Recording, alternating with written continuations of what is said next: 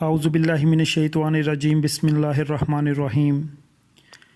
جوید چودھری 21 جولائی کی ڈسسیٹسفیکشن کے نام سے ایک تحریر میں بہت خوبصورت انداز میں لکھتے ہیں کہ ہم میں سے 95% لوگ گزرے کل سے بہتر زندگی گزار رہے ہیں۔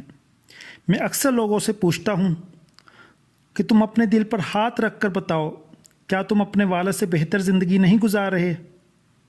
جب میں پوچھتا ہوں تو ہر شخص ہاں میں سر ہلاتا ہے۔ آپ بھی کسی دن ریسرچ کر لیں، آپ کو ملک کے بھکاری بھی اپنے والدین سے بہتر زندگی گزارتے ملیں گے۔ ان کے والدین سارا شہر مانگ کر صرف 10-20 روپے گھر لاتے تھے، جبکہ کراچی اور لاہور کے بھکاری آج 6-7 ہزار روپے روزانہ کماتے ہیں۔ وہ لوگ جنہوں نے اپنی جابس کے سٹارٹ میں 500، 1000، 1500، 2000 کی سیلری سے سٹارٹ کیا تھا، آج وہ ہزاروں بلکہ لاکھوں میں ماہانہ کما رہے ہیں۔ آپ خود کسی بھی روز اپنے بچپن اور اپنے بچوں کے بچپن کا موازنہ کر لیں، آپ کو دونوں میں زمین آسمان کا فرق ملے گا۔ آپ کے گھر میں بچپن میں ایک پنکھا ہوتا تھا اور پورے خاندان اوے پنکھا ادھر کری، او پنکھا ادھر کری کی آوازیں لگاتا رہتا تھا۔ سارا محلہ 1 روپے کی برف خرید کر لاتا تھا اور لوگ دوسروں کے گھروں سے بھی برف مانگتے تھے۔ ہمسایوں سے سالن مانگنا، شادی بیاہ کے لیے کپڑے اور جوتے ادھار لینا یہ عام تھا۔ بچے پرانی کتابیں پڑھ کر امتحان دیتے تھے۔ لوگوں نے باہر اور گھر کے لیے جوتے اور کپڑے الگ رکھے ہوتے تھے۔ دسترخوان پر دوسرا سالن عیاشی سمجھا جاتا تھا۔ سویٹ ڈش میں صرف میٹھے چاول اور کھیر بنتی تھی۔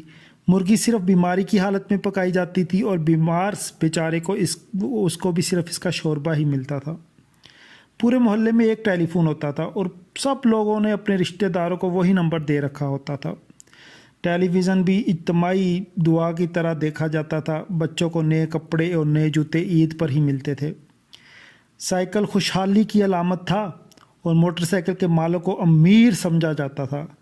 گاڑی صرف کرائے پر لی جاتی تھی۔ بس اور ٹرین کے اندر داخل ہونے کے لیے باقاعدہ دھکا کشتی ہوتی تھی۔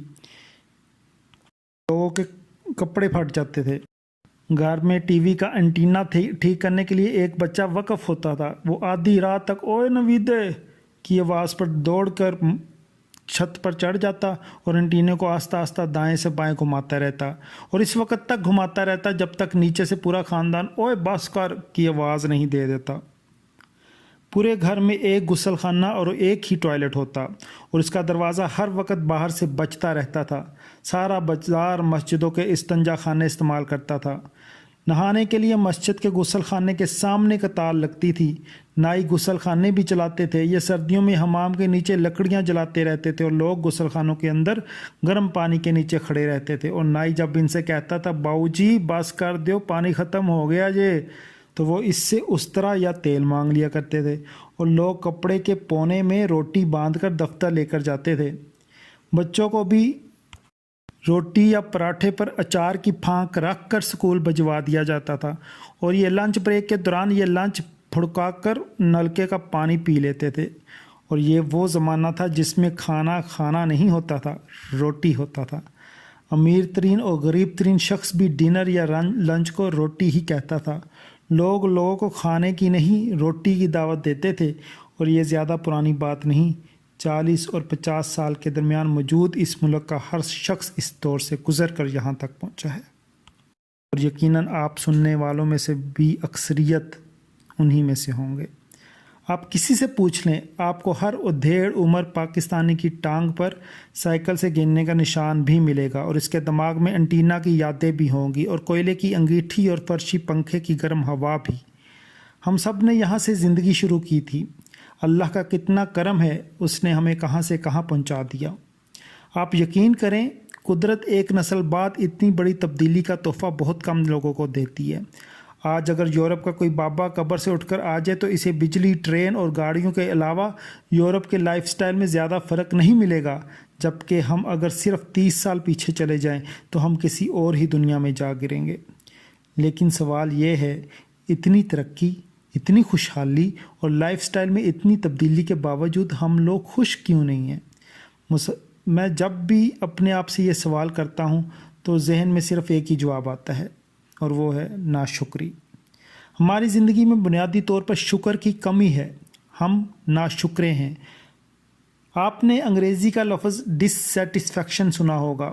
یہ صرف ایک لفظ نہیں ہے، یہ ایک خوفناک نفسیاتی بیماری ہے، اور اس بیماری میں مبتلا لوگ تسکین کی نعمت سے محروم ہو جاتے ہیں۔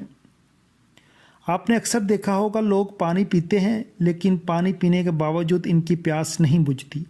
یہ برف تک گھول کر پی جائیں گے لیکن اس کے باوجود ان کی زبان باہر لٹک رہی ہوتی ہے۔ ہم میں سے کچھ لوگ آل دا ٹائم بھوکے بھی ہوتے ہیں، یہ کھا کھا کر بے ہوش ہو جاتے ہیں لیکن ان کی بھوک ختم نہیں ہوتی۔ اور ہم میں سے کچھ لوگ اربوں خربوں روپے کمانے کے باوجود امیر نہیں ہوتے۔ کیوں؟ آپ نے کبھی سوچا؟ کیونکہ یہ لوگ بیمار ہوتے ہیں اور ان کی بیماری کا نام ڈسسیٹسفیکشن ہے۔ ان کے پیٹ، ان کے معدے اور ان کی ہرس کے صندوق مرنے تک خالی رہتے ہیں، اور ہم من حیث القوم کسی نہ کسی حد تک ڈسسیٹسفیکشن کی بیماری کا شکار ہیں، اور اس بیماری کی واحد وجہ وٹامن شکر کی کمی ہے۔ شکر ہمارے اللہ کا وہ واحد عمل انگیز کیٹالسٹ ہے جو ہماری خوشحالی میں خوشی، ہماری اچیومنٹ میں منٹ اور ہمارے کامیابی کو کام بناتا ہے۔